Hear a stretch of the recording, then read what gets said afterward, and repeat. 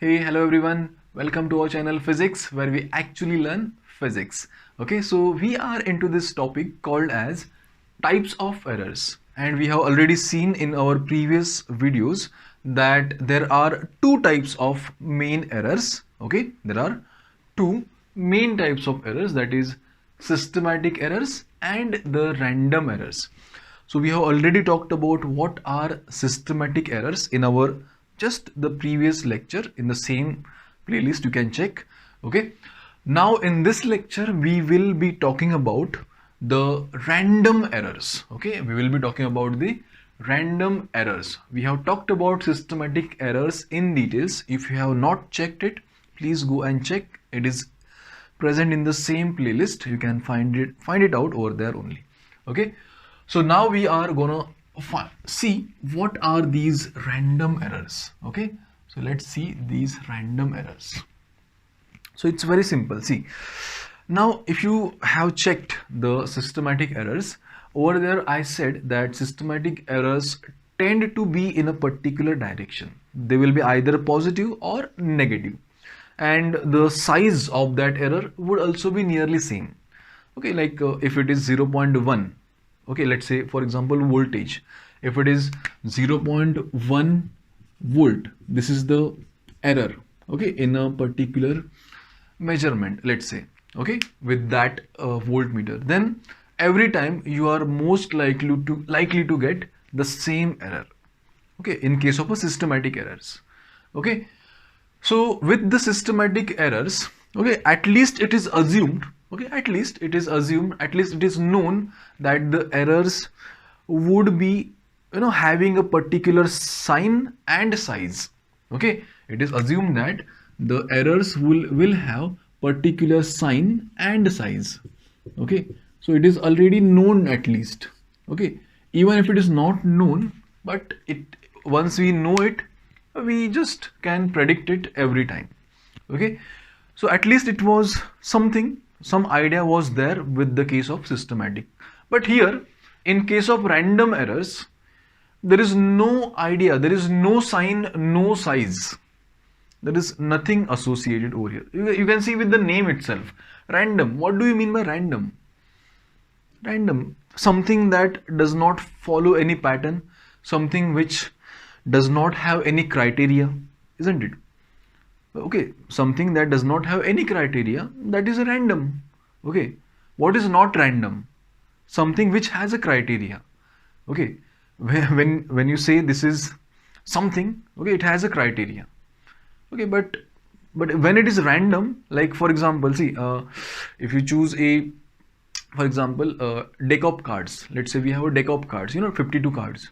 Out of those 52 cards, we know there are 13 sets of each type of card, right? 13 types of each types of cards, as we all know. Okay, so 26 red cards and 26 what, black cards, that we know. Okay, now if I give you a criteria that pick a card, okay, pick a card which has a black color and, okay, which has a black color and 9 number written on it. Okay, so I have given a criteria, right? So you will go and pick a black card having a 9 number on it. Okay, but now if I just tell you that choose any card out of these, so there is no criteria, and now whatever card you choose, that will be a random card. Okay, so something has a criteria and something does not have a criteria. Okay, so if there is no criteria, that is random. In case of systematic errors, there was a criteria, at least there was a sense of direction, at least there was at least some sign or size. Okay, but here in this case of random errors, there is no sign or size. There is no sign or size. We can't even predict. Okay, that means what? See, for example, you are doing some experiment, okay, and let's say you are finding some, let's say, time. For example, you are finding out the physical quantity time. Okay, so in one reading you will get a error of, let's say, plus 0.1, In the next reading, you will get a error of minus 0.05. In the other reading, now you will get plus 0.15. In the other reading, minus 0.01. Okay, something like that. So you can see here, there is neither this size nor this sign fixed over here. Okay, neither the sign nor the size fixed over here. You tend to get any random value as an error. Okay, you tend to get any random value as an error in some experiments. Okay, I mean in all the experiments actually. Okay, we tend to get this. Okay, so these kinds of errors are called as random errors, which does not have any sign or size. Okay, now we will understand exactly what is it. Okay, see, we know in case of a systematic errors, okay, if we follow certain criteria, certain precautions are taken, certain rules are followed, certain steps are followed, proper instruments are used, all the care is taken. If we do everything properly, then we are most likely to not get any systematic errors. Okay, systematic errors can be reduced that way. Okay, that way. So we can do that, no problem. But in case of random errors, okay, even if we follow all these steps, after using all the best equipments possible, after following all the steps, everything is done properly, but still you are supposed to get some errors in your experimental measurements. Okay, so after all those precautions taken, you are still getting those errors, and those are called as random errors. Okay, those are called as random errors. And here the problem is, we don't even know the criteria. There is no criteria. Here it was a criteria in the case of systematic errors, but here there is no criteria also. So it's very difficult to remove them. It is very difficult to identify them. Okay, here it was easy to identify them. At least, you know, we can find out what is zero error, we can find out what is the problem with the instrument, so that's okay. But over here there is no way to identify what is the sign and size of this error, because actually there is no sign and size. Okay, so it's very difficult over here.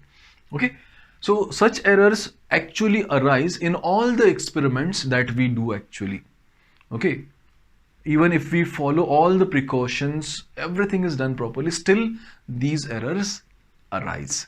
That's why these are called as random errors. Okay, see why they are called as random errors, because these errors, okay, choose any random value, any random sign, any random size. Okay, there is no particularly fixed sign or size. In case of this, there is any random value can be chosen. Okay, any random size, any random sign can be chosen over here. That's why they are called as random. Okay, we know what is random. No criteria, positive, negative, size, anything. Okay, no matter. That's why they are called as random. Okay, so what are random errors? I will define. See, even after following all the precautions, using all the better instruments, we are likely to get some errors, okay, in our experimental measurements. Okay, these errors are called as the random errors. Okay, what is it? How you can define it? It's very simple. Even after following all the possible precautions, all the possible steps, even after using the best equipments possible, okay, we are likely to get some errors, okay, with our experimental measurements. And these errors do not have any fixed sign, fixed size. Okay, they pick any random sign or size. Okay, such errors are called as random errors. Such errors are called as what? Random errors. Okay, so this is random error. Now you may just ask me, why and how? How do we get such errors? Okay, why there is no criteria? Why there is no rule? Why there is any random sign size? Why? That is the question. Okay, so its answer is very simple. Why do we get this? It's very simple. See, you may use best equipments possible. You may have better experimentalist, best experimentalist, no personal bias at all. Okay, everything is proper. But you cannot control the surrounding conditions. You cannot control the external conditions. Okay, or maybe the internal conditions also. You know, there may be some fluctuations with the external or internal conditions, okay, or your surroundings. In the surroundings there may be some changes going on that is not in our hands. We can't control those things. These small changes in the external and internal conditions may really affect, okay, may really affect your experimental setup a little bit, and due to which the experimental results may vary a little. Okay, so whatever value you get, these may just change because external or internal conditions are fluctuating a little bit. Like for example, maybe there will be some fluctuations in voltages, currents, small fluctuations in the voltages or currents, maybe some fluctuations in the temperature of the surroundings, some pressure changes, okay, maybe humidity of the air changes, density of air changes, okay, anything may happen. Okay, so all these exterior changes may affect your experiment a little. Okay, so because of these small fluctuations, okay, you are likely to get all these errors. Okay, you are likely to get different readings. You are not gonna get constant readings. Okay, same thing you observe, when you do the experiment with simple pendulums. Over there you find out the time of oscillations.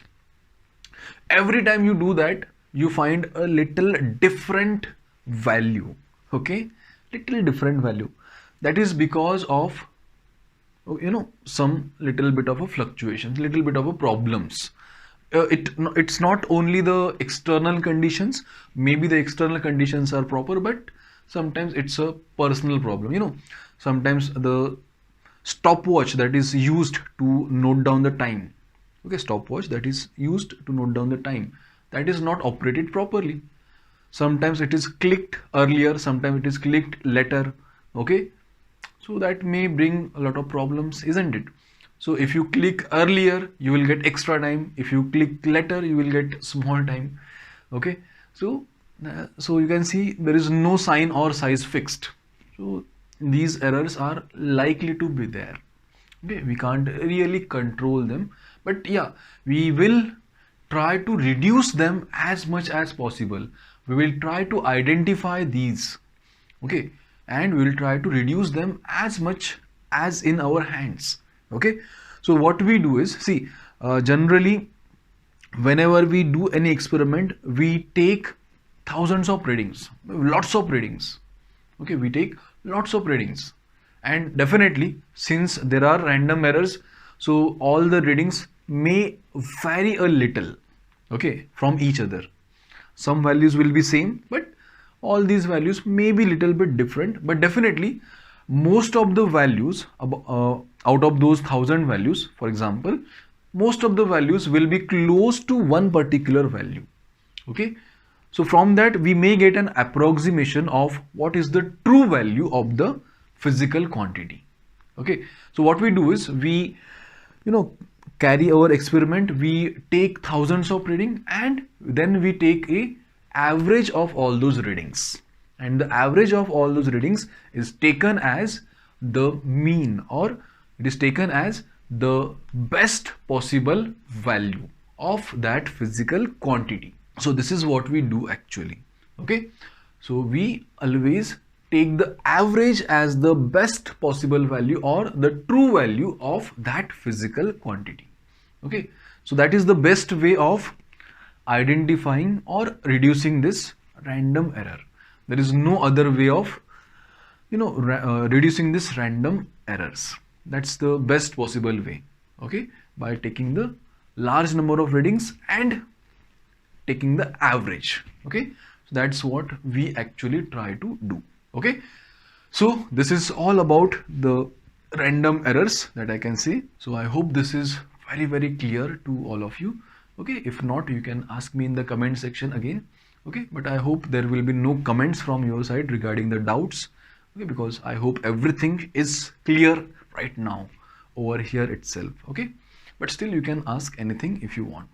Okay, so thank you so much for listening. Thank you so much for joining over here.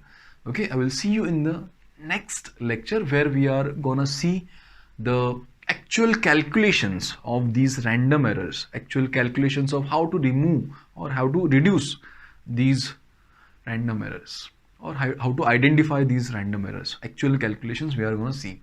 Okay, so till then, okay, bye bye, see you, have a nice day. Okay.